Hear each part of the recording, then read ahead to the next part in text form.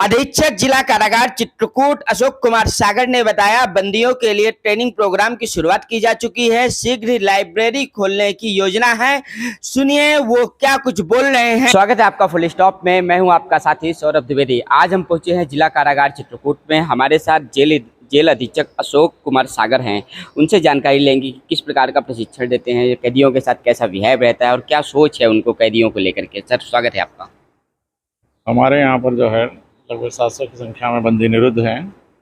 बंदियों के पास कोई काम नहीं है, अवसाद से ग्रस्त रहते हैं। पिछले 2 साल कोरोना काल में अपने परिजनों से नहीं मिल पाए तो काफ़ी चिंताग्रस्त रहते थे। तो इसी पे सोच विचार करते ये हुआ कि बंदियों को किसी कार्य में प्रशिक्षित किया जाए। तो यहाँ पर हमारी कुछ बंदियों से बात हुई, तो उसी के तहत जो है फिर हमारी श्री ब्रजेश त्रिपाठी जी से मुलाकात हुई। तो इनसे हमने ये विचार किया कि कोई ऐसा प्रशिक्षण कार्यक्रम शुरू किया जाए जिसका लाभ सभी हमारे बंदियों को और महिला बंदियों को मिल सके। तो इसी क्रम में आज हमारे यहाँ पर जो है अगरबत्ती बनाने का प्रशिक्षण का 10 दिवसीय कार्यक्रम शुरू किया जा रहा है। ग्रामीण मंत्रालय भारत सरकार द्वारा संचालित ग्रामीण स्वरोजगार योजना की इकाई चित्रकूट के द्वारा जो है वो संचालित किया जाएगा। उसमें प्रशिक्षक साहब हमारे आ गए हैं, वो इनको 10 दिन सिखाएंगे और इनके द्वारा जो भी निर्मित किया जाएगा उसको त्रिपाठी जी के द्वारा किया जाएगा। तो ये सुधार का एक कार्यक्रम है, सुधार और आय दोनों एक साथ। ये हमारे जो है गरीब बंदियों के लिए जो है तो अशिक्षित है, आर्थिक रूप से कमज़ोर हैं, उनको हम एक ट्रेनिंग दे रहे हैं कि वो इसमें पारंगत हों। ट्रेनिंग करने के बाद वो अपना स्वयं भी बाहर जाकर जो है कम पूंजी में जो है अगरबत्ती का व्यवसाय कर सकते हैं। तो उनको एक तरह से आर्थिक निर्भर बनाने की दिशा में एक छोटा सा प्रयास है। और भविष्य में आपकी कोई योजना इन बंदियों को लेकर के जो आप सोच रहे हो, जो आपके दिल दिमाग में ऐसा चल रहा हो, रचनात्मक कार्य? आगे ये है कि अभी हमारा ध्यान पूरा अगरबत्ती के प्रशिक्षण पर है। अगर ये हमारा प्रयास सफल होता है तो आगे भी समय समय पे बंदियों के जो भी हित के लिए होगा हम उसमें प्रयास करेंगे और आपको समय समय पर अवगत कराया जाएगा। जो भी हित के लिए होगा वो उसका प्रयास करेंगे। हमारे साथ प्रिया मसाले के प्रोप्राइटर डायरेक्टर ब्रजेश त्रिपाठी हैं। अब जनपद चित्रकूट के जाने माने उद्यमी हैं। क्या जेल में जब आप आए कैसा फील हुआ आपको कैदियों के बीच में? नहीं, मुझे तो अधीक्षक सर ने बुलवाया जब, तो उनका मोटो यही था कि यहाँ के कैदियों को कैसे हम लोग एक सही मुख्य धारा पर लाएं। जो किसी कारणवश या तो गलत रास्ते पे चले गए या जो भी रीजन रहा वो तो कोर्ट तय करेगा, लेकिन हम क्या सुधार कर सकते हैं ये इनकी जिज्ञासा थी। जब हम लोग बैठकर बातचीत किए इसमें, तो मुझे भी ऐसा लगा कि एक समाज सेवा का एक बेहतरीन अवसर है ये कि हम कुछ लोगों को उसकी मेन धारा से जोड़ सकेंगे। तो इसलिए हमने प्रयास किया और फिर इसमें RCT डायरेक्टर तुलसी राम जी का काफ़ी अच्छा रोल रहा। उन्होंने जो है अपनी तुरंत तैयारियां करवाई और जिसके तहत हम लोग यहाँ आज अगरबत्ती निर्माण के लिए इनको प्रशिक्षित करने के लिए आ गए हैं यहाँ पर। और क्या लगता है आपको कि अगरबत्ती निर्माण से सुधार होगा, फिर आय का साधन, ये लोग बाहर कितना बड़ा स्कोप एक उद्यमी के तौर पर आप देखते हैं जो इनसे कह सके कैदियों से? निश्चित तौर पर देखिए, चित्रकूट जो है हमारा एक धार्मिक स्थल है, जो हमारा जनपद है, भगवान राम की तपोस्थली है। और यहाँ पर हर महीने मेरा अपना अंदाज़ा है कि 40 से 50 लाख श्रद्धालु तो बाहर से आ जाते हैं और सब कोई कहीं ना कहीं पूजा अर्चना के लिए आते हैं। तो वहाँ अगरबत्तियों का चढ़ावा होता है, लोग अर्पित करते हैं, आरती करते हैं। तो एक बहुत बड़ा स्कोप है इसका अगरबत्ती निर्माण का यहाँ पर। और जब यहाँ के कैदी या जो भी हैं, इनको मैं कैदी तो नहीं कह सकता हूँ, मतलब जो भी विचारधारा में है अब यहाँ है, तो इनको जब बाहर निकलेंगे यहाँ से छूट करके तो इनके हाथ में एक हुनर होगा जो शायद बाहर का समाज इनको ना दे पाया हो और ये कहीं गलत रास्ते पे चले गए हों।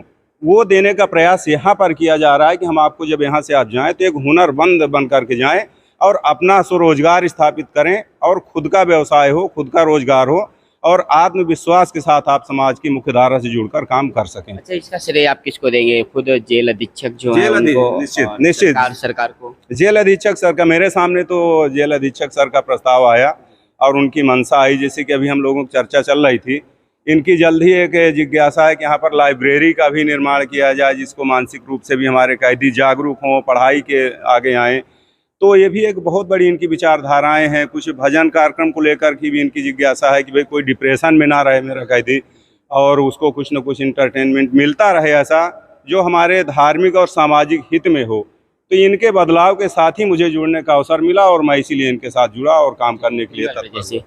अच्छा, आप लोग किस प्रकार का प्रशिक्षण देते हैं? कैदी यहाँ सामने बैठे हुए हैं, अगर इनको प्रशिक्षण देना होगा तो आप कैसे बताएंगे कि आपकी बातों को ठीक से समझ जाए? कैदियों को एक बार दिखा दे, जो बंदी बैठे हुए हैं इनको जरा दिखा दे, फोकस कर दे, दर्शक देखें। आप अगर इनको समझा रहे हैं तो कैसे समझाएंगे?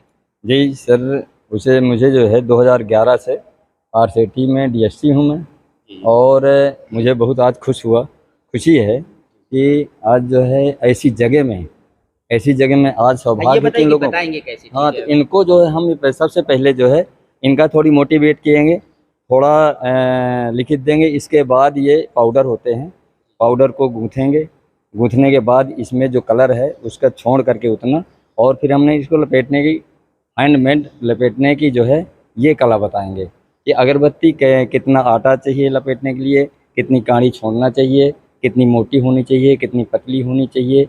तो ये सारी चीज़ जो है प्रोसीजर हम सारा इनको जो है बताएंगे जो है। क्या बता सकते हैं इनको कितनी आय हो सकती है? इनको जेल के आय, अंदर जेल से ये बाहर। तो सर ऐसा है कि ये काम करने पे है। अब थोड़ा सा आज हम इन पे एक बीज बो रहे हैं।